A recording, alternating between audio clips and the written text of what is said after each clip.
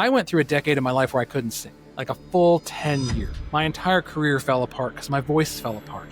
And when I was an up-and-coming young classical singer, was going to be very fancy and famous and whatever, I didn't have the tools as a young singer. No one had ever counseled me on, what to do with that. We didn't have training in what to do when you ran into performance anxiety. I think singing needs to be so experiential, right? Because it is a thing that we do with our bodies. Our bodies are organic, and most of us, what we really remember is what we experience. You're steering them into it, but you're focused more on the empathy, which is what I think gets really watered down in musical theater when they want you to feel expressive about something that doesn't actually make you feel. It's the opposite of that to me would be metal. My favorite singer in the whole world, Ronnie James Dio, to me sets the precedent of feeling and delivering the music with such a mighty impact. When it comes to rock and roll, a lot of those classical rules are broken. Welcome back to the Gamma Seeker broadcast. Today, I have a very unique conversation for you. With me, I have Nicholas Perna. He's a vocal researcher and a specialist in the biomechanics and the physiology of the human voice. His work focuses on vocal fold function, breath coordination, tissue mechanics, neurological control influence, vocal efficiency, endurance, and expression. Many things you guys have never heard a vocal researcher talk about. So, Nick, thank you so much for taking time out of your holiday break to join us for the Gamma Seeker broadcast. I appreciate you. Yeah, sure. It's nice to be here. Thank you for the invitation. Yeah. So let's just dive right in. When we say the voice, what tissues are actually doing the work? Yeah, there's a couple of different models that are sort of not exactly congruent with each other about how a voice makes noise, how a body creates the singing voice. I'm a singing teacher. That's kind of like the primary function of, because obviously speaking voice and singing voice are very related, but they do have some different things, because in speech we don't quite sustain the things the same way we do in singing. If singing is a sort of exaggerated or more sustained version of speech, they are slightly different. But yeah, obviously in any model, there's a centricity of the larynx, like, and your larynx is your Adam's apple, this whole entire structure here. It's actually quite a bit smaller than most people think it is. Like most people's, larynx, including the basic, tissues that are there and muscles are there. It's about the size of an unshucked walnut, give or take a few millimeters. And of course, your vocal folds, really, like the surface area of your actual vocal fold tissue is about the size of your surface area of your thumbnail. And so we're not talking about huge things, but no matter how you think of the system basically goes from a breath something happening in your respiratory system, that impacting the larynx, and then your vocal tract or the space above your vocal folds to your mouth, thinking of that as like a hollow tube. And whether you think of those things in that order of respiratory system, larynx, vocal tract, or whether you think of those things in the order of vocal tract, larynx, breath, both are applicable. Both have their own kind of scientific models of how the voice makes noise and how we sing and how we speak. But those are the sort of impactful things of how we would both make expression and how we would communicate. So I'm aware that there's a 500-year-old model of how we've taught singing. And we are kind of witnessing the shift into a newer model. Part of it, I think, is led by them wanting to create robots that can actually speak instead of just speakers. So I have seen some crazy robotic reconstructions of the trachea, the soft palate, and the tongue, and it's all kind of mishmashy. So I know that you're kind of on that front edge of looking at new medical imaging and the vocal process. What have you seen in the last year that you think most vocal coaches don't know about? Yeah, well, I think there's a question of, I don't know that I'm on the front edge of the imaging itself. Most of our work is actually with measuring what the air mass is doing. Like we're actually really looking at what the air is doing and trying to measure where the air is going and how that may or may not be impacting the voice quality. That's really what we're doing, because we don't actually have the ability to do stroboscopy in the lab. But I do think that there is a lot of really interesting work that's happened over the last, I kind of think science takes time. And so I kind of think, you said a year. I think it's more kind of healthy to look at these things in kind of 10-year chunks. Like we've really come a long way in the last decade and then the decade before that in terms of modeling what the vocal tract does, modeling how the larynx impacts the vocal tract and vice versa, and there's some folks on the real front edge of that. I mean, folks like Ron Shearer at Bowling Green, obviously Ingo Tietze at the National Center for Voice and Speech in the University of Utah. I mean, these folks have really been doing, I mean, Dr. Tietze, the mathematical modeling of it.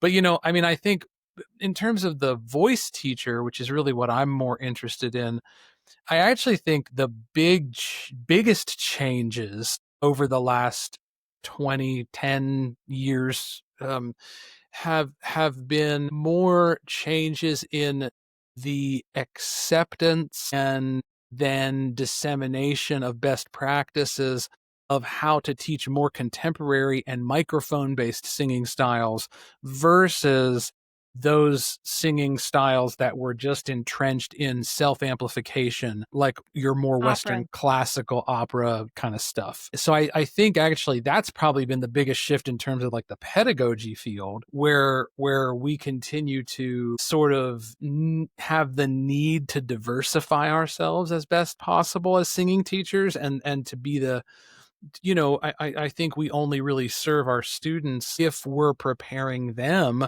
to also be cross-disciplinary artists, because we want our singers to be able to be as multifaceted as possible, particularly if they're looking to be performers, so that they can be employed in as many different arenas as possible.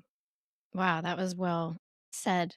I have struggled with training a bit of opera and kind of losing control of my pop voice or more contemporary voice where you're just singing words. So I have experienced, when you kind of overtrain one style and then you lose the fluidity. Jordan Davidson helped me kind of get back into that softer space where there's more control. So I like what you're saying about giving a performer kind of a mixed tool bag so that they know how to execute. Well, I mean, that's honestly, that is actually the focus of not only my own teaching. I mean, like it's also going to be the focus of, I'm working on a book that I drafted about half of here in 2025, and I hope to finish the draft of in 2026. And I'm in that process of working with publishers right now. The working title of the book is Functional Training Across Genres. A big part of my teaching is how can sort of what you just described, how can the one influence the other and the other influence the other, and vice versa. And because I actually find that in order for a singer to have their best coordinations, both of those things can impact the other thing equally and probably equally importantly. And I as it pertains to singers, I want my singers to also just have as many options as they can at all times in whatever genre they're singing, because your best performances, you're never going to feel your best every day. And if you're a working artist, you need as many options on the day you don't feel well compared to the day you feel your best. The day you feel your best, you might be able to get away with a lot of things that on a day when maybe you have a little bit of a respiratory virus, maybe you have a little bit of who knows, your life is stressful, you didn't sleep well that night, you got a crink in your neck, who knows? And you need to still produce a product. Maybe you're on a tour, maybe you're, whatever it is. Maybe you're singing, just for your local religious organization, holiday concert or something. I don't know. You need to be able to have a reliable product, or most of the time in the arts, we lose our paycheck if we can't. And that ends up then impacting your livelihood. So, I mean, I want my people to have as many options as possible, particularly in that cross-disciplinary thing that you just referenced. And I think there's several facets to that actually tie back into the systems we talked about at the beginning, because I want those systems to be able to do the different kind of tasks that they can do sort of on call. I want the singer to have the choice and be empowered that within their, if technique is a word, within their technique, to be able to make the choice that they need to make to get a result out. I love that. I'm a golfer, and I've been recently So am training. I. Okay, so I would love to add a golf analogy to this. I've been training for World Long Drive for next year. And so I go to the driving range and I hit like 100 drivers in a row. And I did that for a couple weeks, and my golf game kind of fell apart because I forgot how to hit a wedge. Yep. So now I go 5 drivers, 2 wedges, 5 drivers, 2 wedges. And it's kind of like when I learned how to sing opera, my voice got so big and resonant that I forgot how to hit. Like, I could still hit the whistle notes, I could still hit all of it, but it was almost like I was out of control, like you're swinging a driver all the time. Well, So it's an interesting, yeah, I could keep going with the golf analogy, but thinking of that within the singing voice, one of the things that I do say, particularly to treble-based voices when they're singing higher on the treble staff, particularly if they're not in sort of a mixed belt function, that really resonant head voicey, whatever words we want to put to it. I don't get caught up in terminology. Those kind of noises that we would more associate with opera or whatever. The phrase that I use with my, probably sopranos more than any other phrase is that if you want to gain control of that register, you have to lose it. If you want to get control of it, you've got to let go of it. And the moment you let go and stop trying to control it, the more freedom and control you will actually attain. And I actually think this is true in more ranges than that. I actually think this is true of a lot of singing in general. But of course, we all desire. So I guess what I'm suggesting is, in my making choices, I want the choice to be deliberate, but I think most of us with singing think of the control that we have as trying to micromanage the muscles surrounding the larynx. And the closer you get to the larynx, honestly, in most singing styles, probably the less experiential ways you want to experience your singing directly here.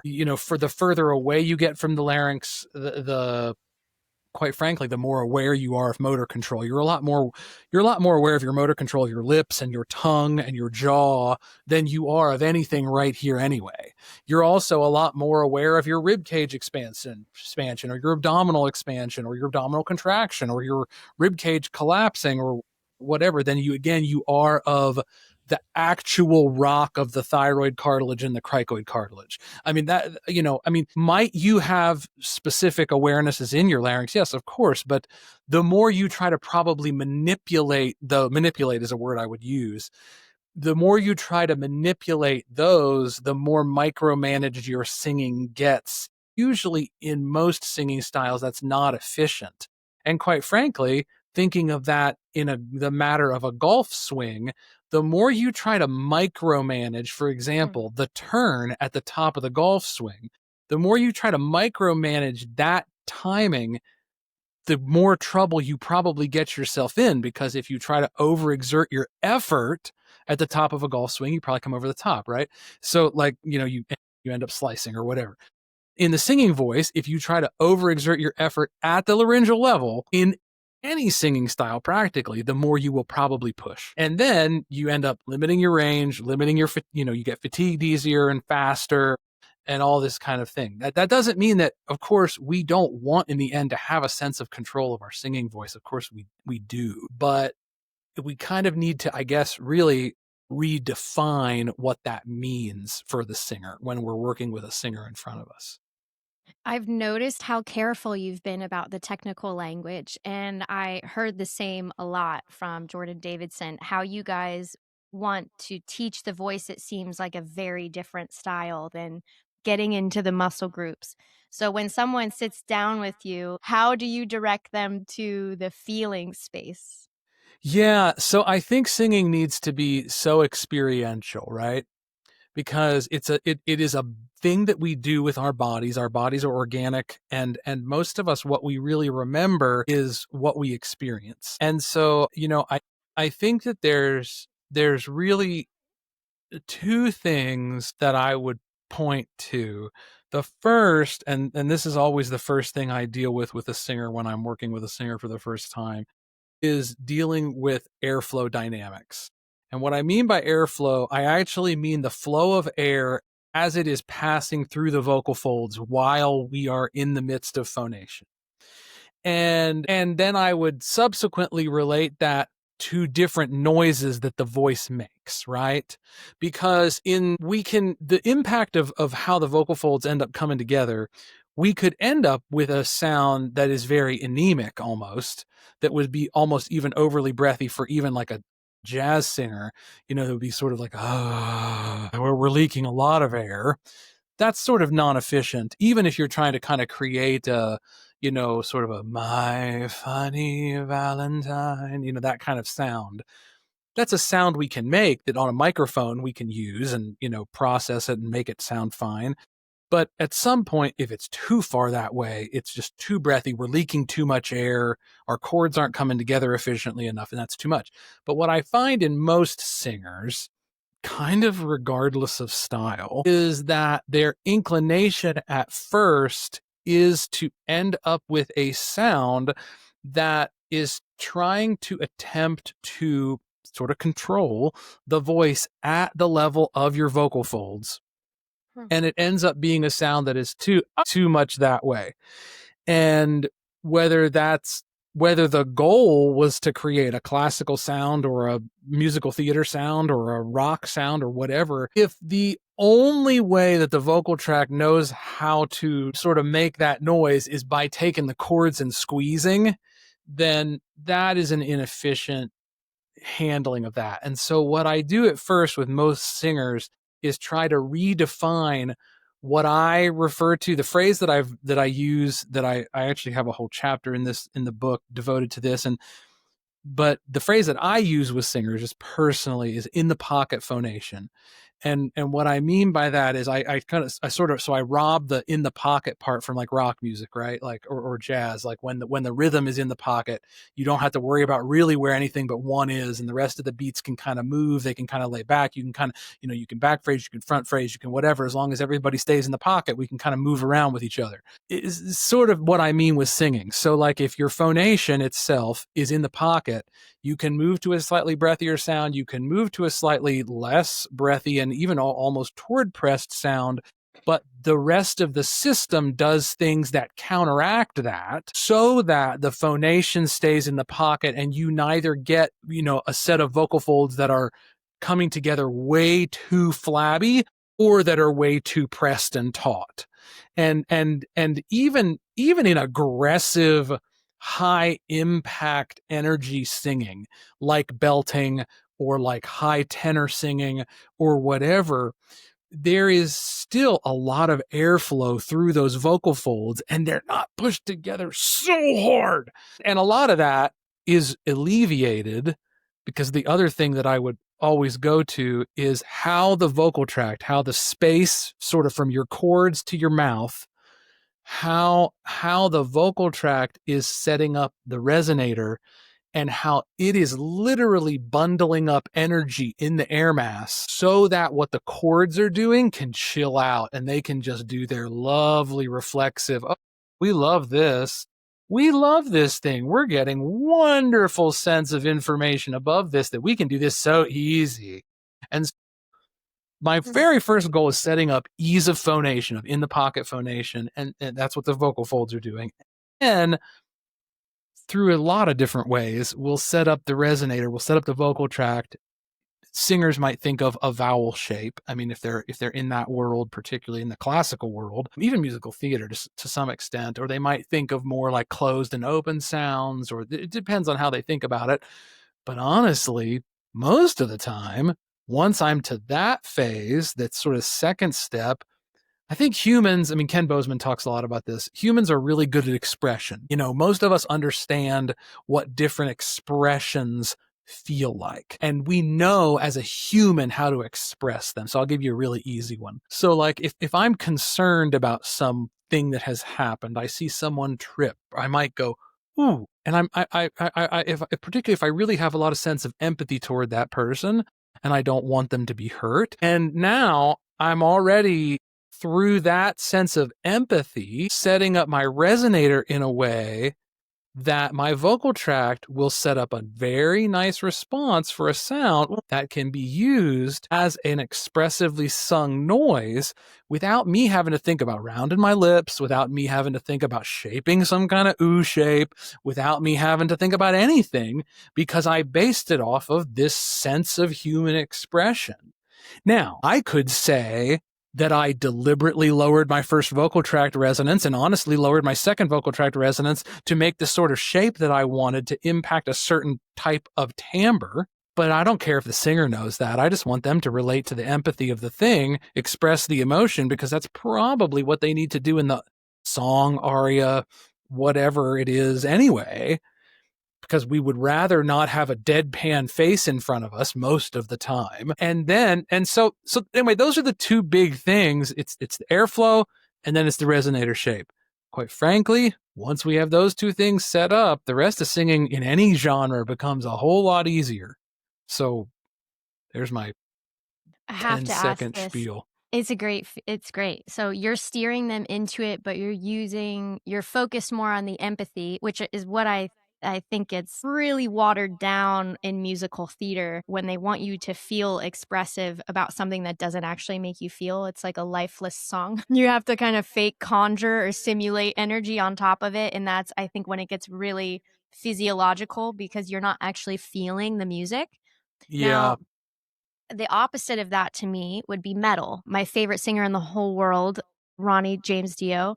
I think that he, to me, sets the precedent of feeling and delivering the music with such a mighty impact. I was kind of, so like, let's just say we can talk about things in regards of like making sound from a structural place.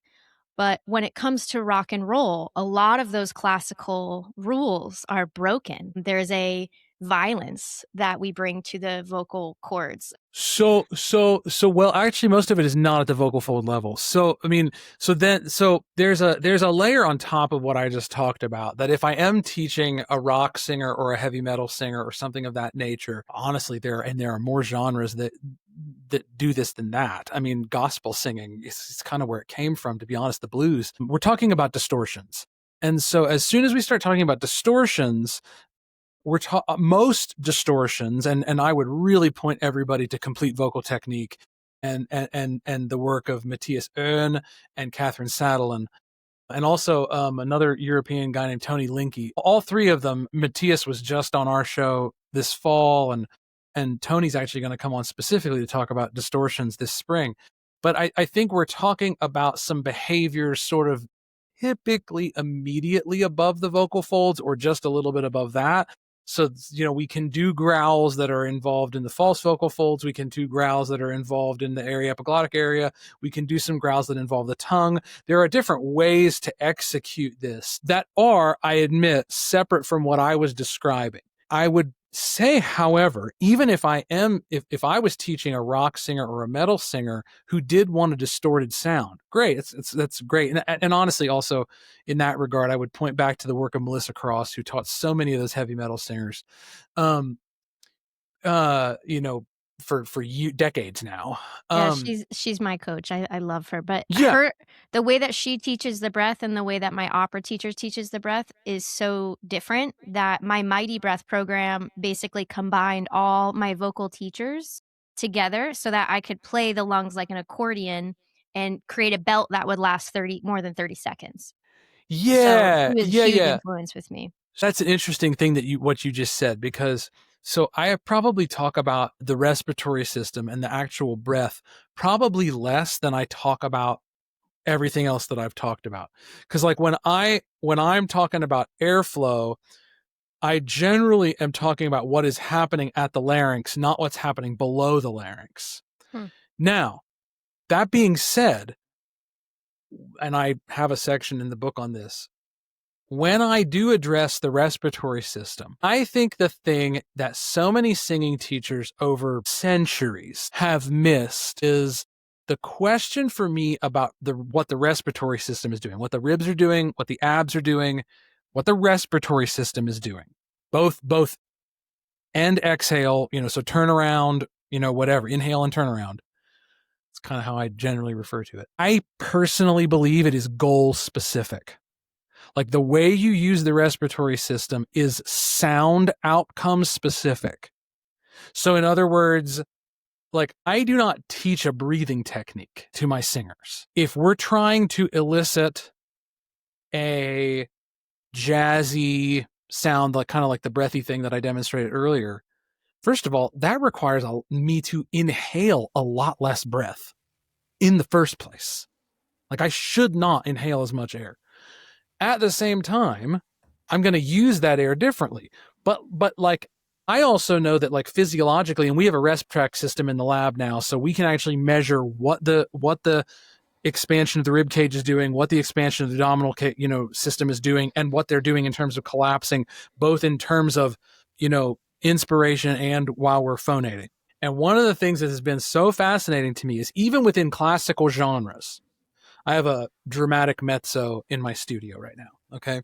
Wonderful, wonderful singer. Absolutely fantastic pro level singer. She's a doctoral student. When she inhales, her abdomen wall kicks out, her rib cage expands, and they basically maintain that expansion while she is singing. That is not how I breathe when I am singing classically. When I am singing classically, my rib cage expands, and when my rib cage expands, my abs actually kick in to set up compression of the respiratory system, because most of the singing that I do, particularly if I'm singing classically, is high tenor singing, it's high impact singing, it's loud Italian, compressed singing. Well, whereas my mezzo, she's trying to set up this system where the diaphragm descends as low as it possibly can, so that tracheal pull happens, so that the larynx suspends in as low a position as possible, so she can create these warm, rich, mezzo-y sounds. Well, quite frankly, I don't think people are going to disagree with this, but I don't actually think that that's what classical tenor singing really does. And I think I sing okay. And I don't think that my diaphragmatic descension really puts my larynx in that low a position for my classical singing. And so anyway, I say all that to say, I wish that we as the singing voice community would get behind the idea that respiratory strategies in general tend to be, I would even go beyond genre specific. I think they're incredibly task specific, even within umbrella genres. In other words, like I would probably breathe differently to sing Puccini than I would Handel, both classical singing styles, but I would probably breathe differently to do both. And I would certainly breathe differently to do that than I would if I was going to belt a Jason Robert Brown song, a musical theater song. And having also sung rock music, it's probably slightly different than I would breathe if I was going to sing, Living on a Prayer. Although that's probably closer to what I would do with a musical theater belt. So I wish we could wrap our heads around the fact that there is not a prescribed respiratory technique that works. And most of the time, what you need to do with the respiratory system is dependent upon, well, two things. One, your task, and two, your physiology. Because I do think that different physiologies at least experience their inhalation and exhalation in different ways. I would love to have you try my program. So my company is called Musical Breathwork because I feel like I, as a singer, was very, very confused at the conflicting advice that my coaches were giving me. And I wanted to make them all happy. So I built the program so that I could do what each of them were saying. And I've noticed when I interview coaches that I think it's a huge gap.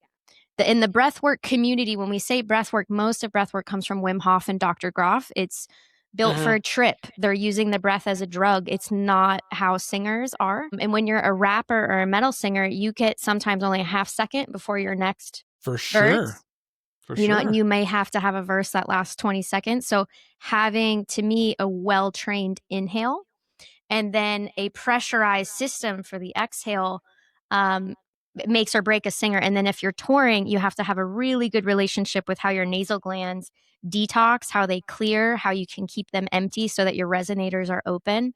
So I built the program for touring musicians. It was just what I used when I was touring, but it ends up doubling people's lung capacity. So because so many people are so tight in the intercostals and the diaphragm, after about 6 weeks, it takes me to get them to double their breath hold, which translates to a doubled belt. So I'd love to have you try it because I was just an athlete who wanted like a very efficient way to train.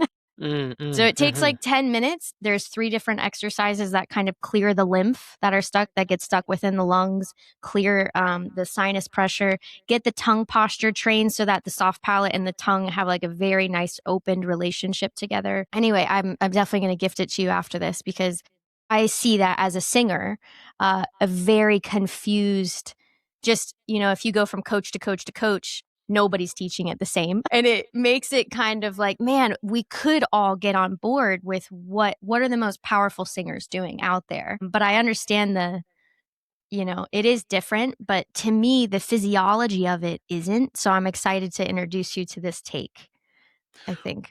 Well, the physiology itself, of course, is not different, except our body types are. I mean, if we're talking about even just ectomorph versus endomorph body physiologies, the way in which a human in those bodies experiences their particularly inhale is often going to be radically different. And we're seeing a lot of this now with singers. And my experience, I have personal experience with this as well because I'm a diabetic. And so I have been on Ozempic for a long time before the weight loss craze, when I'm on it as part of my diabetes treatment. But we're seeing it a lot now with singers who have now all of a sudden lost 100 plus pounds and having to reorient their system because they've literally gone from, a one kind of body mass type to another one. And so I think you are absolutely correct in that the physiology is, of course, the same. We all have a diaphragm, we all have intercostals, we all, et cetera. But with, of course, the difference that if you are a menstruating individual, you also have a uterus, in which case that's going to change the way you experience your inhale as well,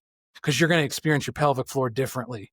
Mm-hmm. If you have a uterus or not. But I think that when you do change body mass if we're talking about 10 pounds, most people aren't going to. No, I understand though what you're saying, because when you have extra weight on you, I feel like if you're a woman, you have big boobs, there's this extra pressure. Like sometimes I'll train with a weighted vest on me to just get that feeling of keeping the air's a gas. I know that you know this, but like for the audience, unless you learn how to control that gas within you, you have no power or you have full power, depending on how that exhale moves through the body. And Melissa Cross, she teaches it very intercostal driven. And she teaches an inhale, like a full inhale, and then you basically keep 75% of the air, 50% of the air in your body throughout the duration of the song. So you're just kind of like taking sips of air during a song in order to kind of keep this pressure built up. Yeah. Yeah, I actually think that it is actually pretty rare for a singer to like really let go of everything. I mean, first of all, we don't do that in our tidal breathing in general when we're just breathing for life. But I think most people in the midst of a performance ever rarely fully reset. And I mean like a full total. Yeah. I mean, some probably do, but I think that's a little bit more rare. I think it's also important to remember that the way yes, as you were just describing, the respiratory system itself does help us, shall we say, manage the air. But the question that I am always asking for the task is, how much subglottal pressure do we want to be returning to the larynx or not? Because different tasks require different levels of subglottal pressure. And I think it's important for us to remember that there is the action. It is not the total action of the larynx, but there is the action of the vocal folds as valve for our release. And when the valve is efficient, typically what the respiratory system is doing will respond.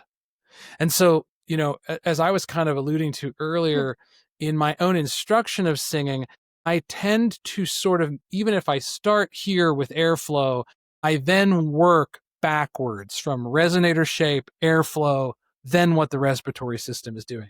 Because in most humans, not all humans, because there are humans that I have to like totally go to the respiratory system and deal with that. But in most humans that I've experienced, and I can only speak to my experience of working with singers, but I've been teaching for 25 years now and taught a wide variety of singing styles. Most humans, if the resonator bundles energy well, the vocal folds will chill out. And if the vocal folds can chill out and coordinate well, the breath will probably work. That they still may need a goal with their breath. Like they still may need a goal with what they need to be doing in order to have the system work the way they want it to. And that's good and that's healthy and that's wonderful. But most of the time, working, I find, this is just me philosophically, not all voice teachers work this way.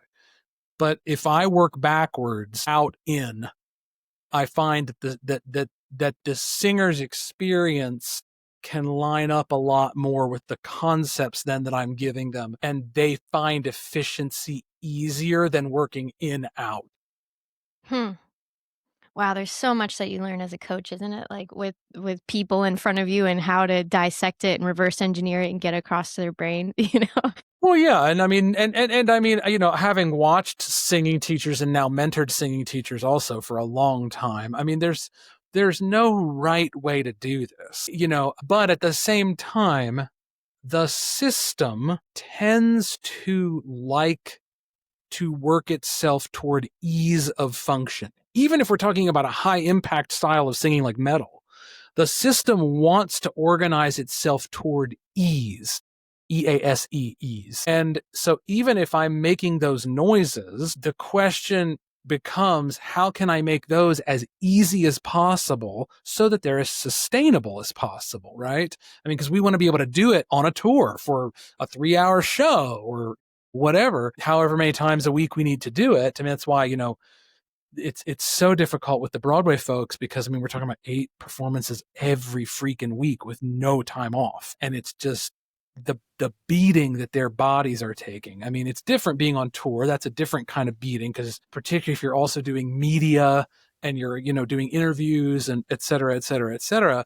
I mean, you know, and it's one of the things that I think we don't talk about with vocal health stuff enough. We often see, particularly those two populations, touring artists and then Broadway singers, end up with a lot of vocal health complications. Well, they end up with a lot of vocal health complications because they're singing and or using their voice so much. I mean, it's just, and the toll that travel takes, the hydration, the time zone change, the dietary stuff. I mean, et cetera, et cetera, et cetera, et cetera, et cetera. And it's complicated. So since it is complicated and they're at risk, all of those singing styles need to be doing what they're doing as efficiently as possible and as easy as possible so that they can do it for as long as possible. Right? I mean, they're professional athletes without the therapist and the PEMF mat and the cold plunge and the sauna after. 1,000%. The dopamine gets hit just the same as any professional athlete, but they don't have the support. And a lot of them don't have the conversations about the nervous system and what happens, you know, when you are traveling. So let's actually go there. How does nervous system state change? So how does nervous system state change the physical behavior of the vocal folds? Well, I think, you know, there's my big time, first of all. I mean, first of all, there's a reason that the colloquial phrase getting all choked up when you get emotional is a thing, right? Because, you know, the larynx itself is so responsive to hormones. It's so responsive to big picture nerves. And so when we actually are talking about the nervous system, you know, so much of performance anxiety ends up manifesting itself directly in the larynx, right? And so we've seen this over the years through probably overdiagnosis of muscle tension dysphonia, but in a lot of different ways, because, I mean, if we're talking about the vagus nerve, we're talking about a nerve that runs, first of all, straight beside the larynx and throughout the whole body. And as soon as that vagus nerve response, that fight or flight response kicks in, if you're in a situation where all of a sudden you're, you know, particularly if you're a singer and all of a sudden something goes wrong, if you don't have the tools to manage that. And so I think, you know, I do think we're seeing a lot of work that's being done. We had a great guest on, God, this is probably a year ago now, if not more. And Dave's last name is totally eluding me. Juncos, Juncos. Dave Juncos was on to talk about his acceptance and commitment training with singers, kind of to combat performance anxiety. And I think one of the things that we kind of need to do is have the mind clear and the brain clear. And I remember as a young singer, I've talked about this at length on other things, but like I went through a decade of my life where I couldn't sing, like a full 10 years. And when I was a up and coming young classical singer, was going to be very fancy and famous and whatever, my entire career fell apart because my voice fell apart. And it was complicated. There were several compounding factors, but one of those compounding factors was certainly that all of a sudden one day it didn't work quite as well. And that created a mental issue with me. And then my fight or flight response kicked into my whole body. And all of a sudden I'm fighting my, autonomic nervous system as much as I'm fighting my technique. And I didn't have the tools as a young singer. No one had ever counseled me on, what to do with that. We didn't we didn't have training in what to do when you ran into performance anxiety. And now it's one of the most, gosh, so many of my grad students are interested in researching performance anxiety now. But I have seen really great talks also on, polyvagal responses can be hacked. Like there are bio ways to hack your polyvagal response. Some of them are as simple as like things like plug one nostril and look the other way, and you can do, you can, part of it's, sending your inner ear into a thing or whatever.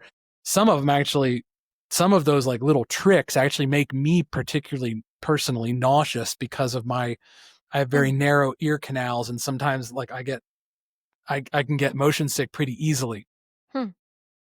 And so I was in a workshop at Pava a year ago, and we were in a thing on doing some of these responses, and I did one and I went, oh, I'm going to throw up. So, I mean, you got to obviously don't do one immediately before you go on stage that you've never tried before. I say this about everything. Please don't take a drug that you've never taken before immediately before you go on stage. Please don't ingest something that you've never ingested before you go on stage. And probably don't try a brand new warm up right before you go on stage that you've never tried before. None of those things are probably the most efficient performance preparation. Yeah. But I mean, it's such a huge thing that we all have to deal with, because you can't take your nervous system out of it, and the breath certainly impacts the nervous system. And the other thing is, we're all humans and we all have hormone cycles, and we can't stop our hormones, and the hormones affect the larynx so heavily. So, I mean, those are things that we have to learn how to manage, So I played professional golf, and I really struggled with panic attacks on the green. So I had all the shots in my bag, but I would really choke over a 3-foot putt. So I quit the sport that I love. I was 7 years in, played D1, turned pro after, and really just kind of fell apart on the greens. And long story short, I ended up working with an upper cervical chiropractor who taught me a lot about the nervous system. And after that juncture, I started my band, and when we started to tour, I got right up against that feeling of panic again. But I had learned all this information about the nervous system. So when I started online, it was because I had figured out that your body tension and the rhythm of your breath were the two core inputs to how adrenaline surged through us. So like when adrenaline surges through us, you can be paralyzed from it, or you can rise to it. Yep. You can leverage it and let it pull the best out of you. And that's what I saw as a key ingredient from athletes that separate. In golf, you fight for your life to be in the top 120 in the world. Right. But there's about 1,000 people that have the same skill set, same equipment, same training, same experience. So what separates the top 120 from 1,000? It's how you leverage adrenaline. The same thing for singers. Yep. And what I have found, I built this little biomarker equation, and it's very qualitative. We don't have the data to measure fascia, but it's rhythm of the breath equals frequency of the brain waves over the state of the nervous system plus the condition of the fascia. Meaning, if I could describe it, is as your breath rate increases, the correlation to our brain waves is right there. So if somebody is stepping up on stage, there is this, you start to get the yawns early on in the day. The body starts to kind of prep for the adrenaline. So with my athletes and artists, we kind of time what's your normal thing. And when the adrenaline hits, the heart rate starts to increase. For me, it's 10 minutes before showtime. Okay. So that's when my heart started, like everything kind of gets real. And that whole day, I'm trying to keep it very understimulated, keep my breath rate low, go through my fascia flow sequence to keep my body tension low, all my soft tissue open, ground during the day so that I have plenty of ions and electrons in my body. But then when that kick, when that adrenaline dumps, heart rate increases. When we spread the toes and we drop the breath rate to 4 breaths a minute. And that's something that I teach in my course. I see. Yeah, sure. So it's not a counting breath, it's a feeling breath. It's a shape that we're just maintaining very naturally. And then until you walk on stage, your job is to just increase your presence. We're not thinking of the future. We're not thinking about the past. Yeah. We're just being right where we are, quiet and still with it, letting basically the body calibrate to that adrenaline. And we're being very quiet.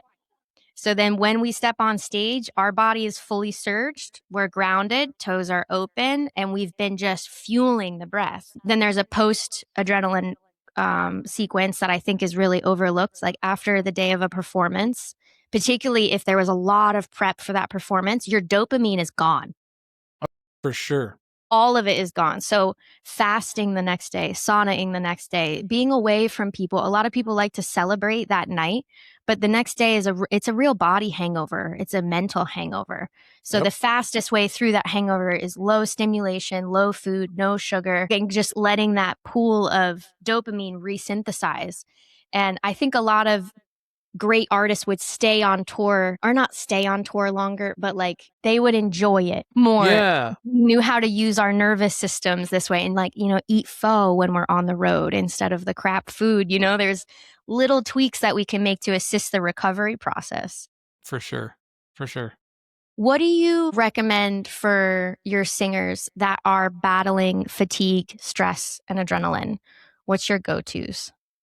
Yeah, I mean, I think, well, the first two things I would say it is, I think we underestimate the need for what hydration can even do for the mental state of the body. And so I think that we need to pay much better attention to our overall, I mean, our total body hydration, electrolytes, a clean diet, you know, this sort of thing. So that is something that I will often say, you know, even to help the brain is, I think you've got to be well hydrated, and particularly if you're stressed and fatigued and, you know, what have you. I will also say, and this is not always easy, but kind of nothing beats one good night's sleep. And you also then, through whatever technique works for you, need to figure out whatever your mindfulness exercises are for yourself when you are during your waking hours. You know, preferably not spending that doom scrolling for the whole morning.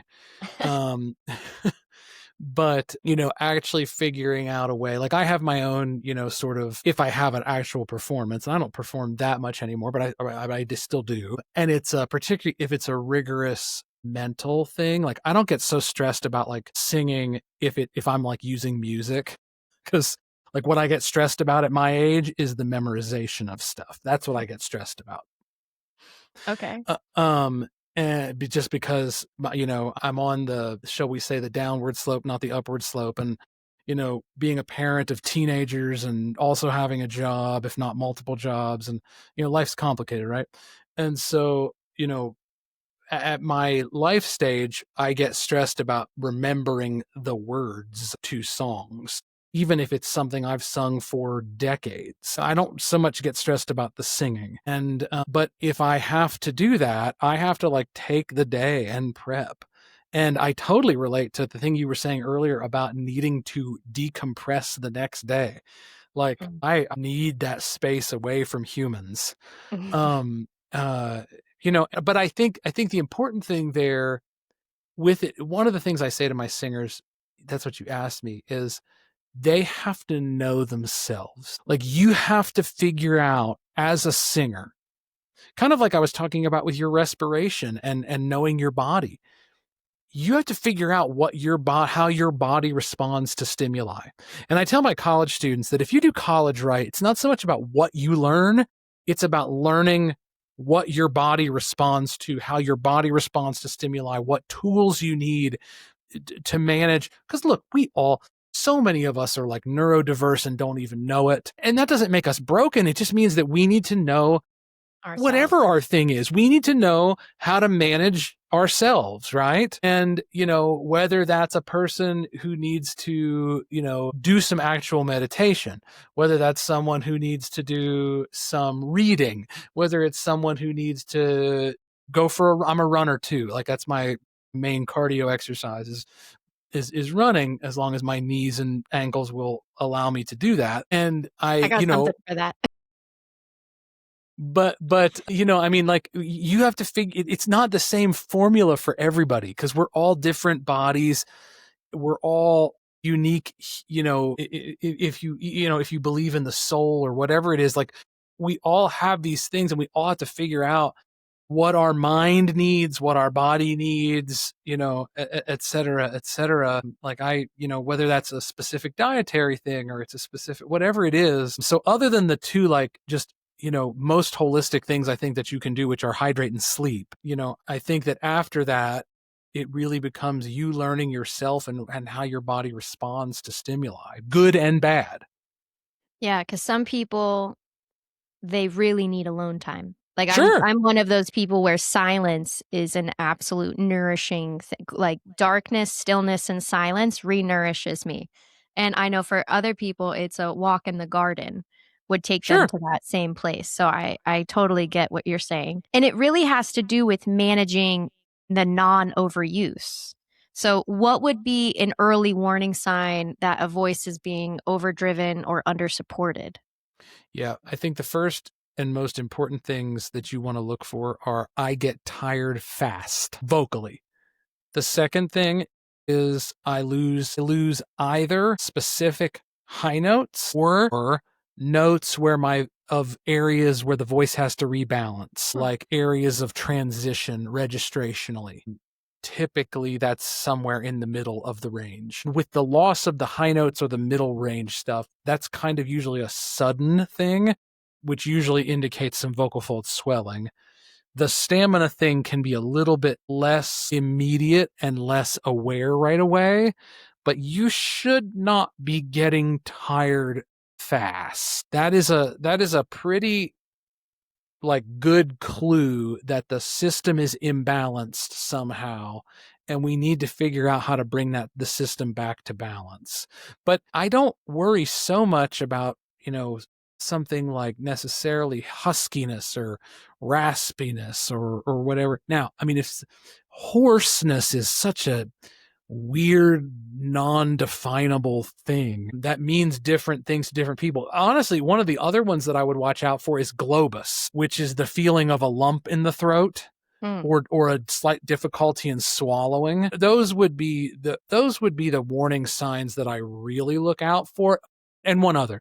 The other big warning sign that I will watch out for with singers, because it's such a clear indicator of vocal fold swelling, I go to make a sound and my onset has a delay to it. That is a real clear indicator of some vocal fold swelling that's going on, and probably needing to reset a little bit. Can people work with you online or? Yes. They could book a session with me, nicholasperna.com, and my availability is right there. They can book right on there. Awesome. I just want to ask some beginner questions because there are a lot of people who find me that train the breath that want to get into singing, but have never had a sit down with a coach, or they were told at a young age they couldn't sing. So I want to ask, if someone was told that they couldn't sing as a kid and they have this like nervousness a little bit, what would be something that they could try as an exercise to get them over that mental hurdle? Ooh, that's a good question. First of all, the first thing I want to say is I think anybody can sing. Me too. Like just as a thing but also all of our own mental hurdles are legitimate. And so I also want to make that individual feel seen. And that's not an irrational thing to think. But gosh, what is the first? I don't know that I have a great answer to that, other than I do think singing is actually I do. Here's how I would answer that. I think singing was meant in most cases to be some form of emotional expression. And the closer you can make singing to I am just emotively expressing something that happens to be on a sustained pitch, the better. Whether that is happy birthday or amazing grace or row, row your boat or whatever. The more that you could just do that and then share that honest expression with someone who would not judge you for how it sounds. And sometimes that's not your family because they'll sometimes make fun of you the most. But like just, whether it's a partner or who knows, your best friend or whatever, and maybe even you set up for them, I'm just going to sing something for you. Yeah. And I don't want you to, whatever, but you're all, I say this about voice teaching and I would say it about singing. You're only going to get your sea legs by doing it. You're not going to get your sea legs by not doing it. You're only going to get better at singing if you sing. Yeah. So, if it's something that you have a desire to do, I would encourage them to remember that singing is usually an expression of human emotion. It is as old as humanity is. I mean, the idea of singing goes back millennia, not centuries. Goes back millennia to some of the earliest recorded religious texts of different world religions have reference to singing as part of their, celebrations of whatever.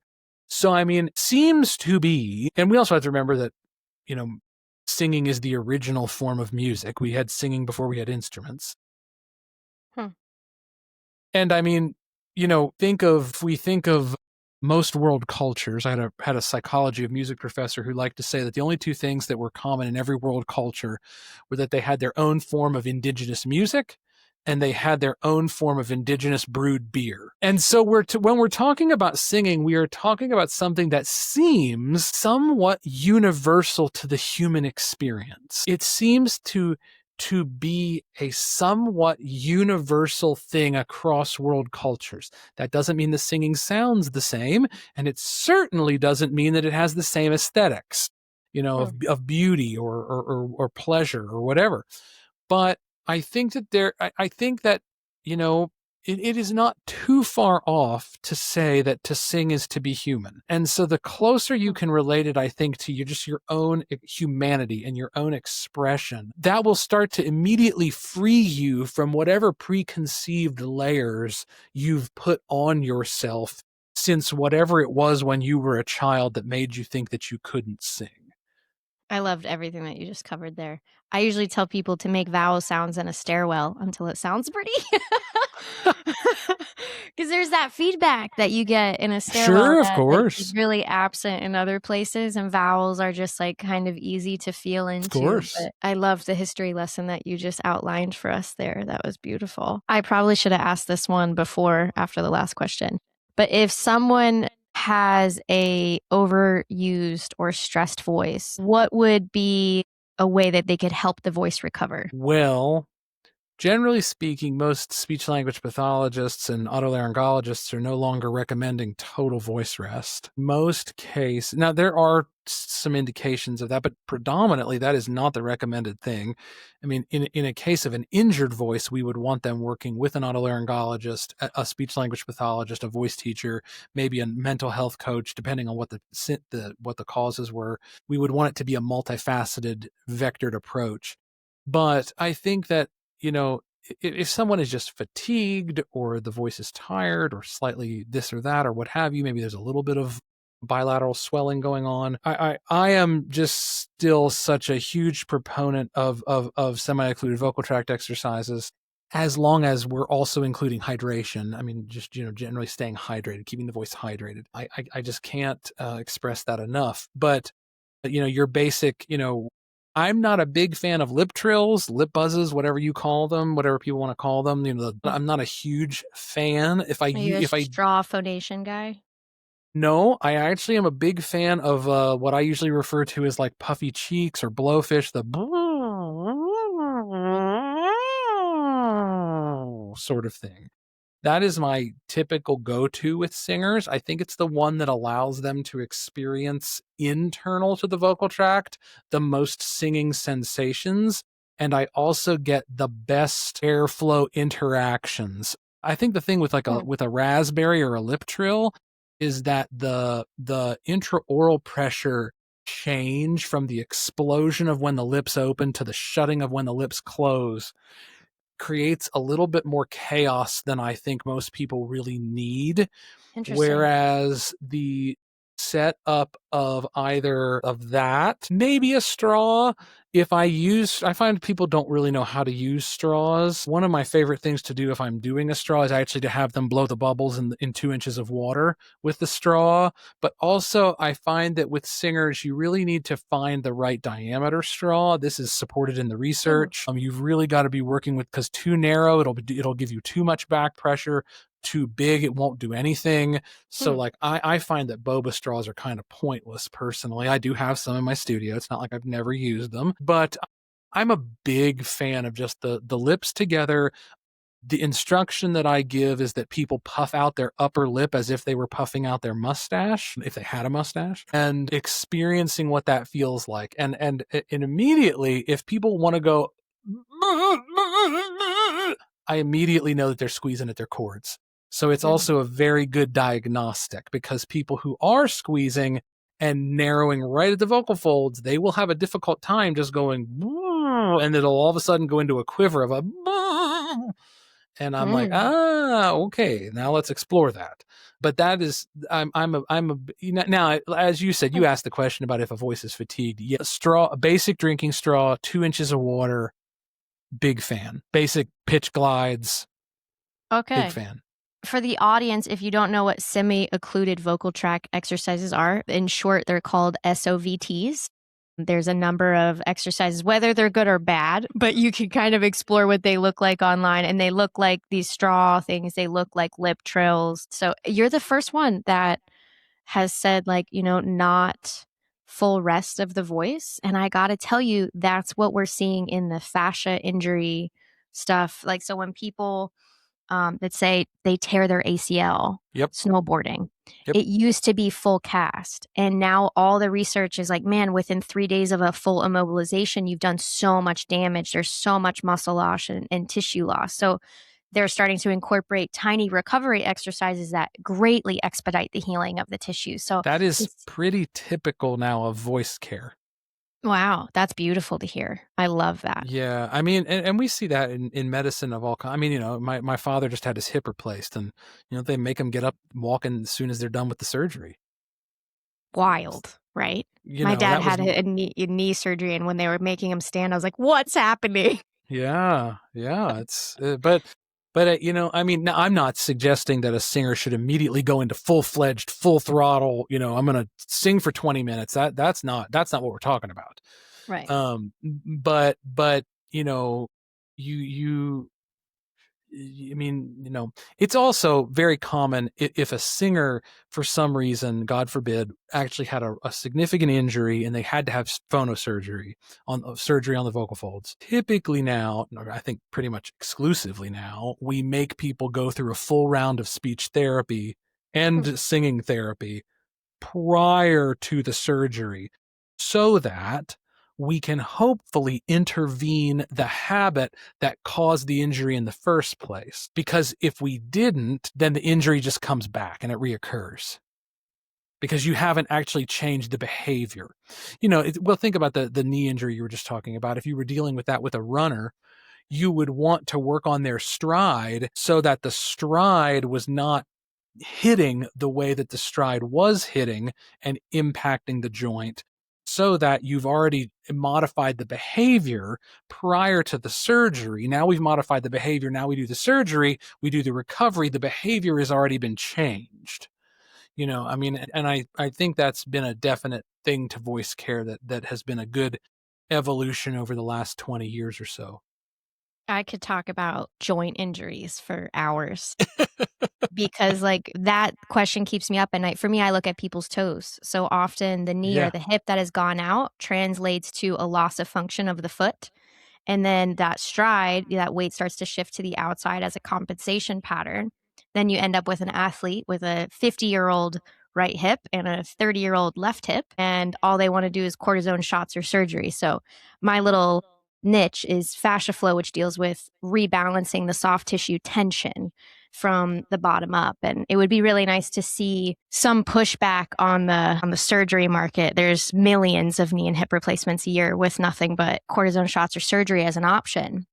And I see that as like a very big deficit. They wanted to give me a hip replacement out of the age of 30. They were planning backwards for my hip replacement, and I was not ready for that. So I found my own way around it. And anyway, we don't need to talk about injury protocols, but yes, it's a whole system. Sure. So I see the voice as a reflection of the whole system. I see it as part of our breath, our posture, our nervous system, our tissue health, our sure. hydration. And I sense that you feel the same way. There's no question. You really can't, when you're considering voice, and it's really why a singer, a professional singer, should really have their own interdisciplinary care team. You know, they really should have someone who is working sort of holistically with them from every angle, because a voice teacher, you know, that's my realm. My realm is actually, you know, dealing with the singing, right? And I'm very careful to indicate that I am not qualified to make medical advice. I am not qualified to do therapy or recovery on a voice. I am qualified to do voice habilitation and provide singing training. But I do think that the best case scenario for a singer is to have a good PT, a good SLP, someone who, you know, and be their voice teacher, probably a mental, either health coach or therapist, you know, and be working with these things all together. Unfortunately, of course, some of us can't afford all of that. Now, I mean, if you ask me to put a hierarchy on that, I don't even know what I would do, but I do think that, you know, it is very important to be dealing with the voice, because it is holistic. It is the whole body. It is the self, the id, the ego, the, you know, whatever. It is also the physical aspect of the body and, you know, the brain and all of it. And of course, you know, then your environment itself impacts it as well, because, you know, I live here in Colorado at 5,500 feet above sea level, where it's also, you know, high desert, and it's so dry here. I mean, you know, that it's not, that's not the only reason I push hydration, but it's so much harder here because of the hydration. And so your environment itself can play a huge impact into, because, you know, everything impacts the voice, everything. Yeah. What excites you the most about where vocal research is heading right now? Ooh, what excites me the most? I think I'll take this sort of quick but two different directions. The first is, I'm very excited that in voice training, we continue to become more and more inclusive of style and inclusive of different genres. I think that's very exciting to me. In terms of the research, I think that, you know, if I'm thinking of our current research on sort of nasal versus oral airflow and musical theater, high musical theater belting, I think that we need to continue to have more research that is done on contemporary singing styles in the lab, specifically on female-bodied individuals. Because the bottom line with most voice research prior to, I'm even going to say 2010, is that most of it was done on classical singers, most of it was done on men, and most of it, quite frankly, was done on tenors. And so, I mean, if we're really only talking about a body of literature on female contemporary singers that goes back about 20 years, we need more work there. Clearly. I also think that one of the biggest things of work that's gonna need to happen is work on the impact of the GLP-1 craze on the singing voice. I think that's gonna have to be done. That's work that's gonna have to be done. Why do you see something positive or something negative happening from that?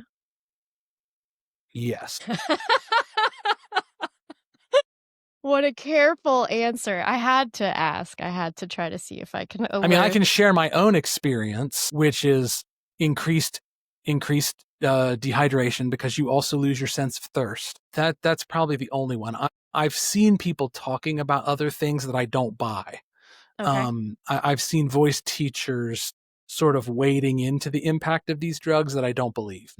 So I want to share the fact that I think a lot of the NAD and the GLPs and all these peptides are coming out is big pharma trying to access the new wellness industry. And I think real wellness educators are encouraging people to go back to what is sovereign and accessible and ancient.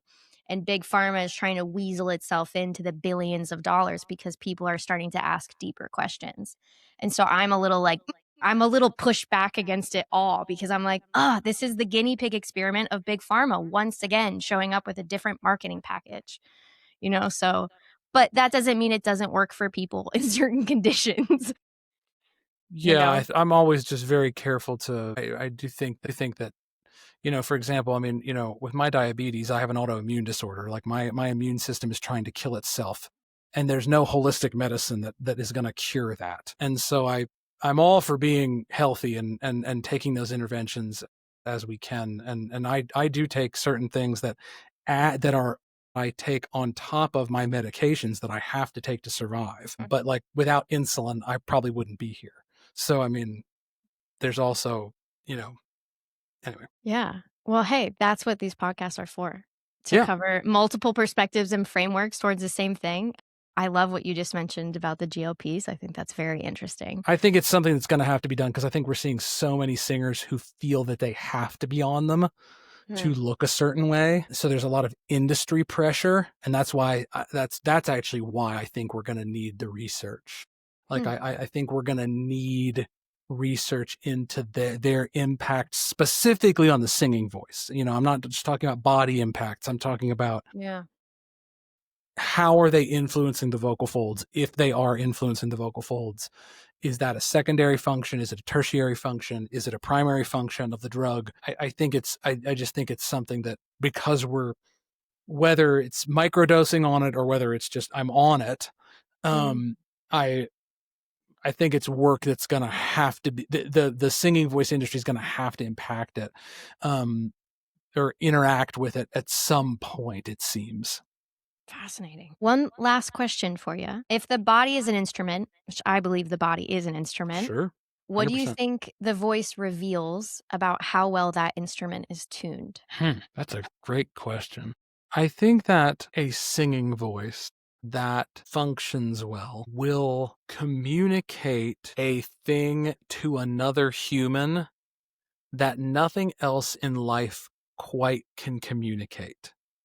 Like, in other words, a singing voice that is impactful and that is coordinated well will make, regardless of style or genre or whatever, will make a sound that creates a human connection. And so I think that a instrument that is tuned well, the result of that will be an emotional response or a physical response or a deeper response than that of a listener. And so I think that's almost best measured in an external measurement, although singing can also, and this is why I would encourage everyone to sing, not just people who've been told they can or can't, can impact you inside as well. And so there is also the inner healing part of that often I think those of us who are trained singers, quote unquote, and who train singers sometimes forget about. I mean, like, all the time I'm saying to my teachers in training, remember, you all liked this at one point, particularly around, like, week 15 of a semester, and so, like, I think that there is a healing quality to it. There is just an emotional impact quality to it. There is nothing quite like the human experience of hearing someone sing. And this is not to slight against amplified singing at all. I really don't mean this in any way, but there is kind of nothing like the impact of hearing someone sing without a microphone, in whatever space that is, in whatever style that is. Even if it's someone singing a lullaby to you at, 6 inches away. I think that there is something so human in that experience, and a well-tuned voice will give the listener and probably even the singer a intrinsic human response, physically, emotionally, spiritually, that is kind of unlike anything else. Wow, that's so beautiful. Nick, this has been a real pleasure. I'm looking forward to reading your book whenever it comes out next or this year. Hopefully by the end of 2027. Okay. Actually, hopefully, well, I plan to have the book finished this year. When it's published, will be up to the publisher. Well, I'm looking forward to it. In the meantime, we'll have your links and your information below for the audience to find you, to work with you. A lot of what you shared here was like really good wisdom, and you took us on some stories through history that is just like really refreshing for my brain. Is there anything else that you'd like to mention before we call this? Just, plug the Vocal Fry podcast, our show, VOCALFRI. We're in season 9 of our show. We,